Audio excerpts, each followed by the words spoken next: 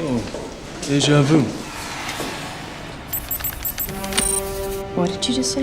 Nothing, just had a little déjà vu. What did you see? What happened? A black cat went past us, and then another that looked just like it. How much like it? Was it the same cat? Might have been, I'm not sure. Switch, APOC. What is it? A déjà vu is usually a glitch in the Matrix. It happens when they change something.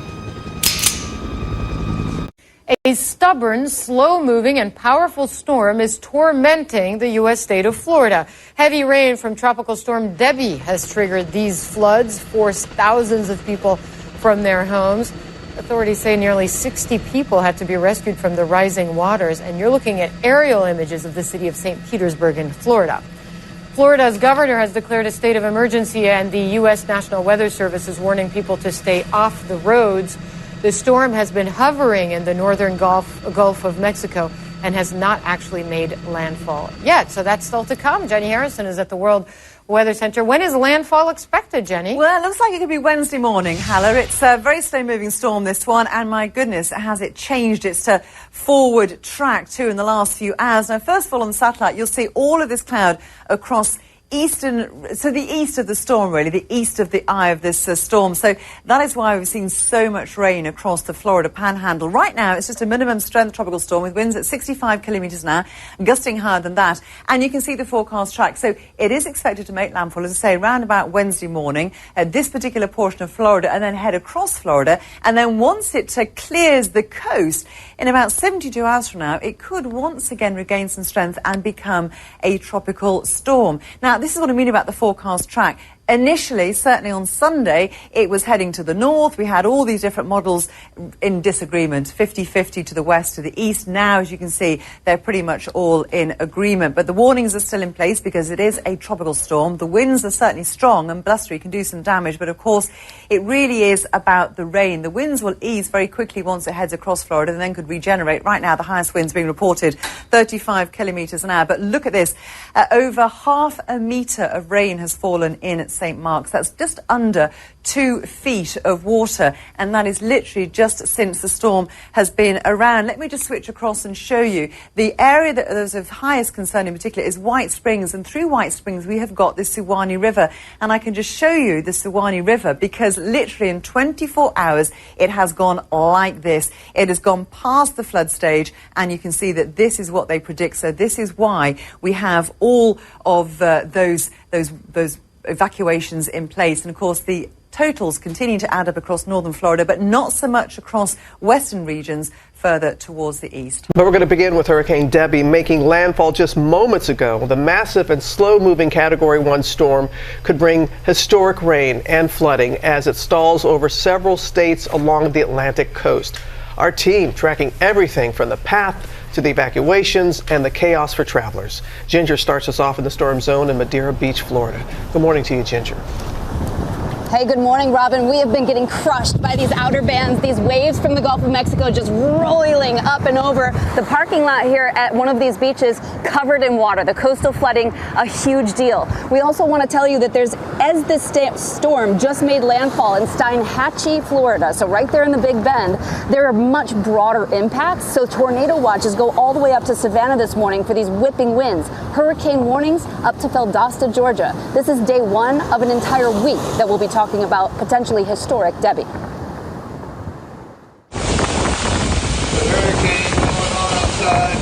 This morning, Hurricane Debby tearing into the Big Bend of Florida's Gulf Coast as a Category 1 hurricane. Life-threatening storm surge and inundating rains near the eye. Michael Paluska from our Tampa affiliate WFTS is in Cross City. This is Cross City in Dixie County. We're about 20 miles from the coast, and we're now in the eye wall of Hurricane Debby. We're just now starting to see this finally come in from the southeast with all of these bands and stinging rain. Speaking of, Live Oak was one of the many towns left underwater by the storm. That's where we find Marissa Bagg tonight. And Marissa, a lot of people can only get to their homes by boat, right? That's right, Jay. It certainly still looks like a lake out here, and that's why the city still has these barricades behind me to try to alert people of how deep the water still is, but it is receding slowly. In fact, the water line over Highway 129 here earlier was about where you see that ice shop, and now it's down about another half a block to that red barn. So some good news there, but it's not happening fast enough for some people whose homes all but washed away. This is the only way in or out of Michelle Lee's house. No, I've got all my furniture that's trying to dry out. Oh my God, I have my grandmother's furniture that I just put in that. Drenching downpours from Tropical Storm Debby that amounted to more than 20 inches of rain in Live Oak swamped her home. She was home alone, paralyzed, watching it happen. Stayed up till 5:30 in the morning when it came up through the vents, and then we had to get the canoe. We lost everything. We're saving posters, you know, we're saving some art. Keep an eye out for my flip-flop. Ironically, she's riding in her one possession that wasn't submerged in the flood water. Actually, it was on dry land. It was the only thing on dry land. I couldn't believe it. We never used it. And our friends at the Canoe Outpost threw us some paddles. Never used it until now. It's the vehicle that will give Lee her new start. It's been stressful, but you have to see what, you know, there's a reason for everything. But even those outer bands dropping up to 10 inches of rain already and pushing water at the coast. Cars in Clearwater submerged. Waters are rising. In Fort Myers Beach, this street swallowed as far as the eye could see. Let's see. The flooding barreling into buildings. Officers driving through and firefighters wading in to make a water rescue. And a stunning rescue off the coast of Boca Grande as Debby passed by. Air crews rescued 2 boaters who were missing since Saturday. And there's, you cry tears and there's positive right behind it. And we've seen a lot of people all day long today walking around in this water barefoot or worse. We heard reports that people were swimming in it. The city doesn't want anybody doing that, so they've posted up some signs that say very clearly this rainwater is mixed in with sewer water that is a health hazard, so they want people to stay out of the water if at all possible. Otherwise, you need to be suited up kind of like we are right now. I have rain pants on and rain boots so that I'm not actually touching this water, but if you can, just stay out of it, the city says. Reporting live in Live Oak, I'm Marissa Bagg, WPTV News Channel 5. Florida, Georgia, and South Carolina all now in a state of emergency as Debby will barely crawl through the southeast. With max sustained winds of 80 miles per hour, storm surge is still the immediate threat for the next couple of hours, and we'll be taking on water here on the southwest side of Florida all day. But I want to show you 6 to 10 feet still possible. Let's move on to what will be the biggest story throughout the week, and that is the very painstakingly slow progression of this storm. And that's why you see that path kind of broaden out and almost just sit there, making a circle all the way through Saturday morning as it becomes a depression or low again. So we'll time it out. Savannah, tonight through tomorrow morning. You stick with those bands all the way through. That's Thursday, 1:30 a.m. The onshore flow in Charleston could be devastating because if you pair coastal floods where you push the water toward the coast with 10 to 20 inches of rain, you will have history-making flooding. We could easily see state numbers surpassed in Georgia or South Carolina. We could see up to 30 inches locally. Michael will be talking about this one all week, and unfortunately, we'll be moving up the coast with it. And we know you got us covered on that, Ginger. You'll be bringing that to us. Thank you so much for that. The land of sand has become a world of water. At Dubai Airport, planes ploughed through floods as intense thunderstorms brought the most extreme rainfall on record, and there were reports of several deaths. So this is not a time lapse, this is real. I've never seen this much lightning in my life before. This is crazy. One region just south of the city had 25 centimetres of rain in just one day. The average in Dubai is less than 10 centimetres over an entire year. Water cascaded through luxury malls, flowed through metro stations and submerged streets. One cat had a lucky escape. Okay, that's good. So much rain in such a dry country has led to speculation that it was caused by cloud seeding.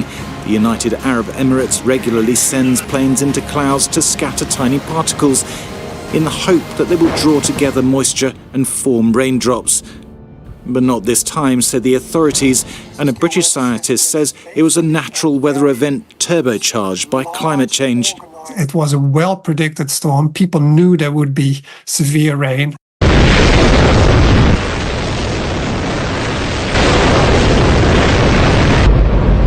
Don't worry if you can't hear what I'm saying. I couldn't even hear myself. This is the loudest sound you could possibly conceive. And, as it turns out, the cleanest.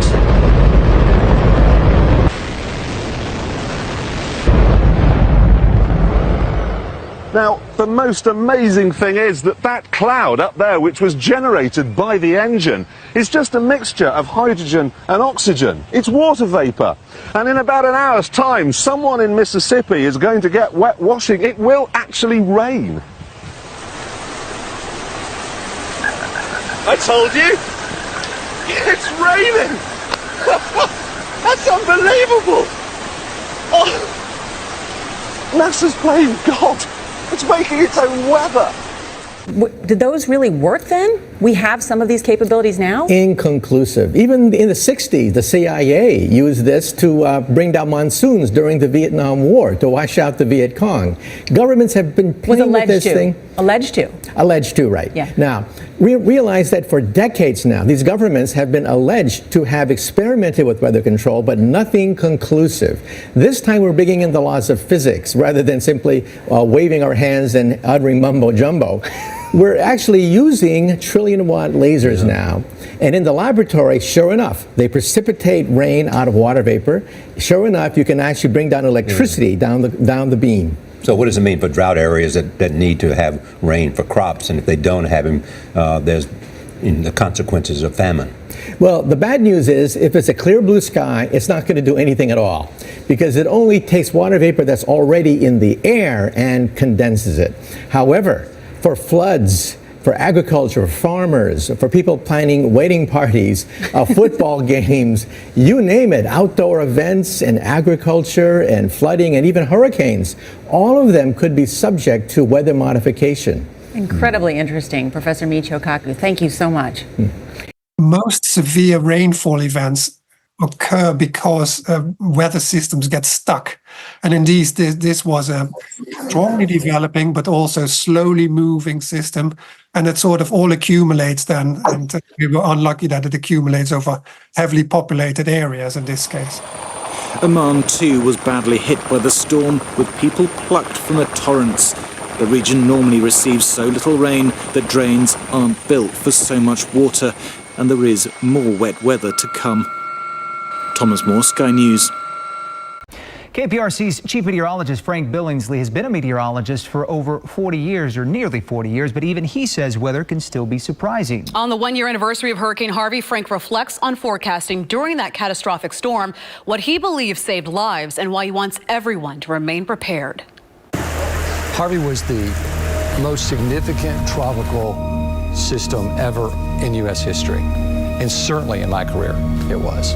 Absolutely. Harvey was the most intense on so many levels. The amount of rain that we had, 6 inches of rain per hour. Possible tornado damage. The number of tornado warnings across the area, more than 150 tornado warnings just across Harris County. What was going through my mind? How to get the message out. How do you say we could have 50 inches of rain? We can have 50 inches of rain without, at the same time, just alarming everyone or freaking them out. Futurecast for the American has not changed, so you have to give them the message with the right, I think, tone and the right graphics and the understandable communication that they say to themselves, okay, this is going to be a big event. 3 major differences between Harvey and Ike. One, emergency management is really on their game. Not that they weren't then, but they've just had 10 more years years to refine exactly how to get the messages out. Social media didn't have quite the play in 2008 that it has now with Twitter and Facebook and staying connected. And then, of course, the big thing was that in Harvey, we kept electricity. In Ike, we didn't. And that was a very important thing that can't be underestimated. With the electricity that we kept in Harvey, our phones were charged, our computers were working, our televisions were on. We stayed connected as a community. The sharing of biased and false news has become all too common on social media. More alarming, some media outlets publish things simply aren't true without checking facts first. Unfortunately, some members of the media use their platforms to push their own personal bias and agenda to control exactly what people think, and this is extremely dangerous to our democracy. It has been said through the ages, without sacrifice, there can be no victory.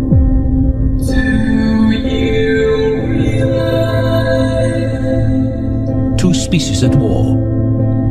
That you have the most one flesh,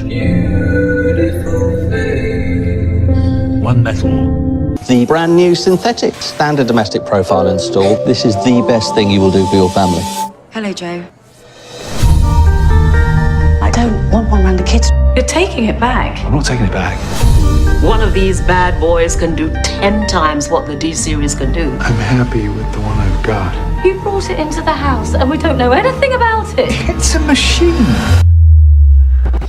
You claim there are a handful of synthetics who can think and feel. You've been pretending to be so much less than what you are. We can't keep insisting that they are just gadgets. We have made them more than that. I can't leave for you, George. The human and the machine, the lines are blurring. What the hell are you? Run! I'm watching you.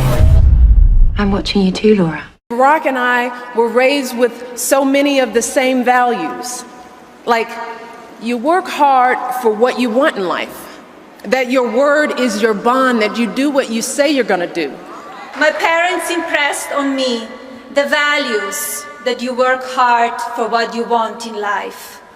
That your word is your bond, and you do what you say and keep your promise.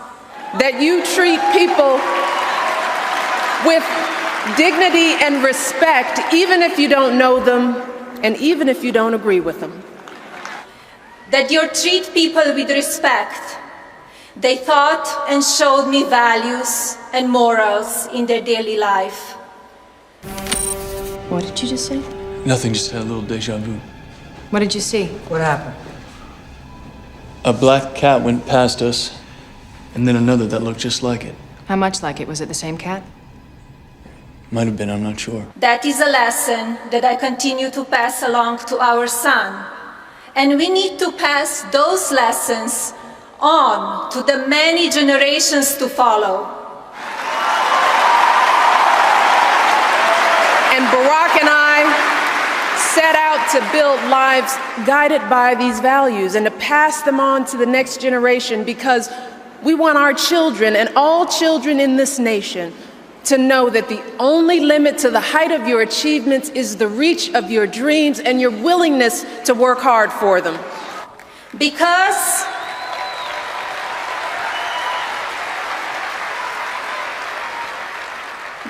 we want our children in this nation to know that the only limit to your achievements is the strength of your dreams and your willingness to work for them. Many of you missed your prom, sporting events, and celebration with your friends, but you were quick to find new ways to stay connected and active while remaining focused on finishing your education. You proved to the entire world that you can set your mind to something important, push through and succeed, showing all of us that you, our next generation, already possess the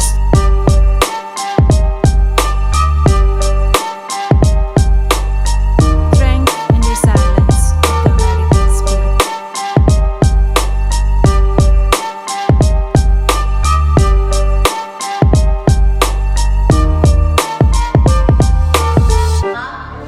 classrooms are laboratories for future generations. And while these new tools may potentially help some 200 million students raise their grades, just how this all works out won't be apparent until they become adult citizens.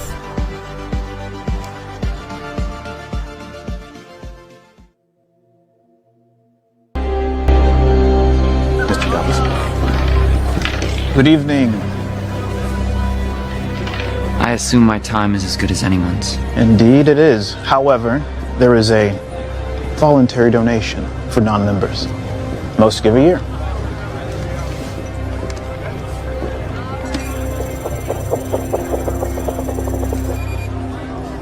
What's your game? Poker. Right this way. What's the limit? There is none.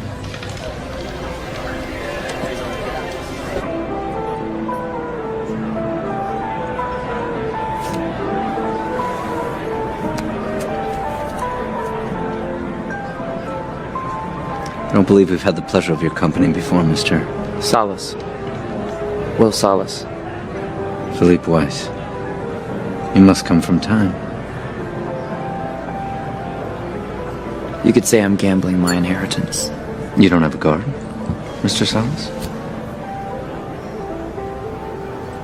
I assumed I was amongst friends.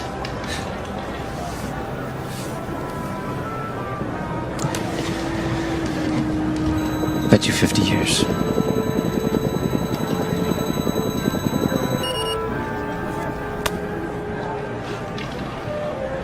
You must be young.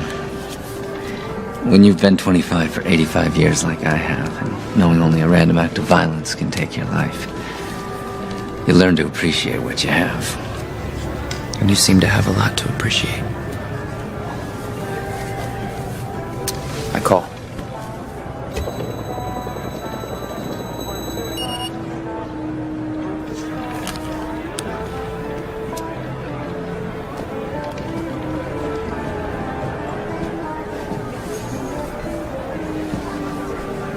Of course, some think what we have is unfair. The time difference between zones. I've heard that. But isn't this just the next logical step in our evolution? And hasn't evolution always been unfair? It's always been survival of the fittest. Raise you another 2 centuries. This is merely Darwinian capitalism. Natural selection. Absolutely. The strong survive. And I think your hand is weak. I call.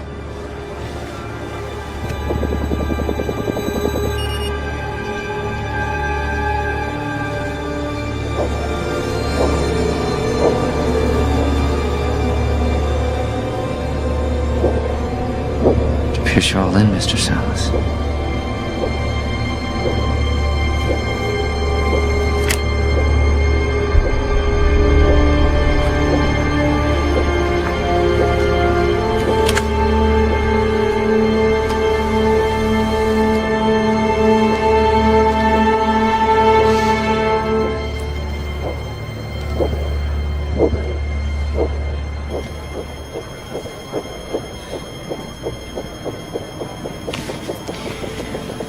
$13 figures.